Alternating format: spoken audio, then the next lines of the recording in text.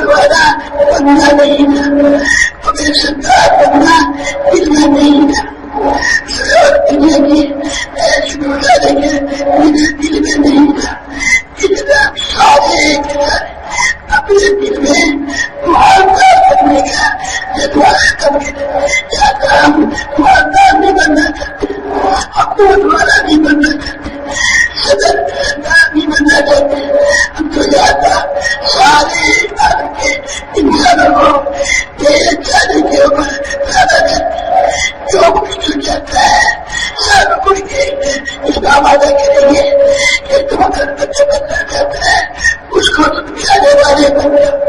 जब वो मुझे बात करेंगे तो मेरा अगला बात क्या कि मैं तुम्हारे साथ मैं छुट्टा भी देखता हूँ, मैं तुम्हारे साथ हूँ।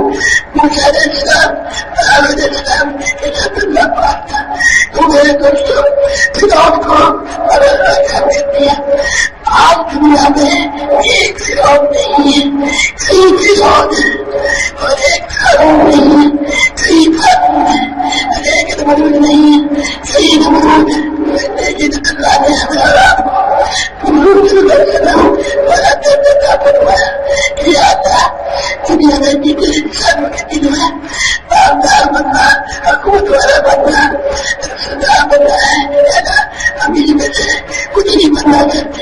ये चाहते हैं कि सारे के सारे तुझे जाने वाले बन जाए, ये जाने वाले बन। क्योंकि जिसका अल्लाह हो गया उसका नहीं तो दुनिया इसका भी कामयाब हो गया और आप भी कामयाब हो गया, दोनों जहां में कामयाब हो गया। कुछ नहीं है इसलिए मेरे दोस्तों मेरे दोस्तों हम अपने आप को मानदार बनने के जज्बा खत्म करते हैं और हुकूमत वाला बनने का जज्बा खत्म करते हैं। सरदार बनने का, बड़ा बनने का और ऊंचा बनने का जिसका कोई ना हमारे सारे अल्लाह वाले बन जाए।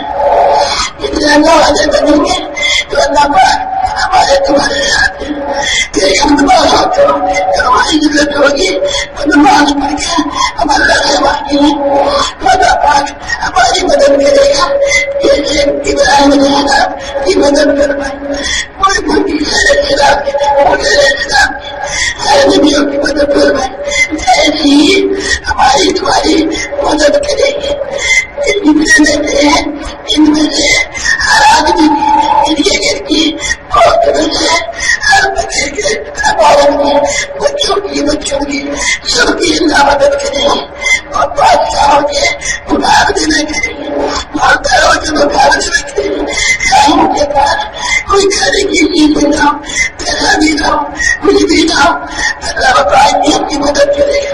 और भाई मेरे दोस्तों हमारा आप कहते हैं कि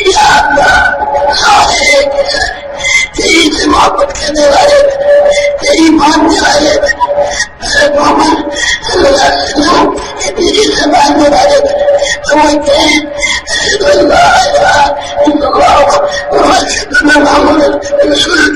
वो कहेंगे तो अब तक इस कहने से पहले जो गुनाह के उनके बदले में अल्लाह नेकियां देंगे हमारे। हम देखेंगे मेरे दोस्तों आइंदा जो भी कदम उठाएंगे और हमारे ख्याल से पूछ के उठाएंगे कि करोड़ प्यार अल्लाह का होगा। अल्लाह क्या चाहता है बस ये क्या अल्लाह के चाहने को पूरा करना, ये सब के अंदर शौक जज्बा पैदा करो और अपना पास का मांगो कि ज्यादा अभी भी अपने चाहने को पूरा करने वाला बना दे। सही इंसानों को अपने चाहने को रूह कदम की खुशी से पूरा करने वाला बना दो।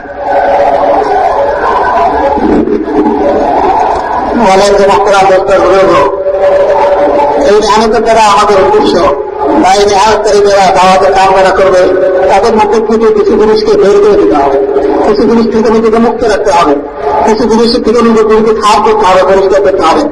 অনেক স্পষ্ট হয়ে কথা যে আমরা এই নিয়ামতের দ্বারা কোনো মালবান হতে চাই না, বড় সম্পদের মালিক হয়ে যাবো, বড় বড় ব্যাংক মালিকের মালিক হয়ে যাবো, এটা আমাদের আশা না। তাহলে আমরা লিডার হয়ে যাবো, এটা আমাদের আশা না। আমরা যেন দেশে ভালো হয়ে যাবো, এটা আমাদের আশা না, এটা আমরা চাই না। এই কথাটা প্রত্যেকে নিজে আল্লাহ তাআলার সামনে পরিষ্কার করতে হবে যে আল্লাহ, আমি এই রহমতের দ্বারা ওর কোনোটাই চাই না, না সম্পদ চাই, না কোনো পোস্ট চাই, না কোনো পজিশন চাই, না কোনো ক্ষমতা চাই, এর কোনোটাই আমরা চাই না। আল্লাহ, আমি তো শুধু এই জিনিসটা চাই যে দুনিয়াতে যত মানুষ আছে, দুনিয়াতে তোমার যত বান্দা আছে, সমস্ত মানুষ, তোমার সমস্ত বান্দারা যেন তুমি কি চাও মানুষের কাছে, তোমার বান্দার কাছে তুমি কি চাও, এইটাকে পুরো করে জীবন যাপন করে মক্তরা করতে হবে। অন্য কোনো আশা আকাঙ্ক্ষা আমাদের জীবনের মধ্যে না থাকে, এগুলোকে নিজেদের দিন থেকে বের করতে হবে। মানের লোককে দিনের থেকে বের করতে হবে, মূল হাতের করার লোককে আমাদের দিনের থেকে বের করতে হবে, পোস্ট পজিশনের লোক মানুষকে আমাদের দিনের থেকে বের করতে হবে। এর ছাড়া আল্লাহ তাআলার সাথে ওয়াদা অঙ্গীকার করতে হবে যে আল্লাহ, এর কোনোটাই আমার কাম্য না, এর কোনোটাই আমার চাওয়া পাওয়ার না। আমার চাওয়া পাওয়ার মধ্যে একটা জিনিস আমি চাইতেছি, আমার ওই হালকার, আমার ওই দুর্ভাগ, আমার ওই মধ্যে হাতে করা একটা জিনিস আমি চাইতেছি, আল্লাহ তোমার যত বান্দা দুনিয়াতে আছে সমস্ত বান্দা যেন তুমি তাদের থেকে যা চাও এটাকে পুরো করে জীবন যাপন করে।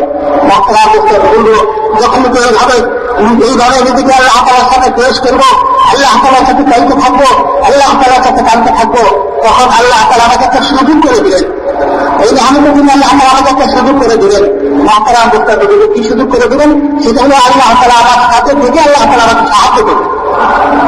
হযরত মূসা আলাইহিস সালামকে আল্লাহ তাআলা ফিরআউনের কাছে পাঠাইছিলেন, আর বলছিলেন যে তোমরা যাও, ফিরআউনের কাছে যাও, তোমরা দুজন দুই ভাই যাও ফিরআউনের কাছে, আমি তোমাদের সাথে আছি। আল্লাহ তাআলা সাথে হয়ে গেলেন। আর এই যে মক্তরা করতে বলবো, মূসা আলাইহিস সালামের জমানাতে ফিরআউন একজন ছিল, একটাই মাত্র ফিরআউন ছিল।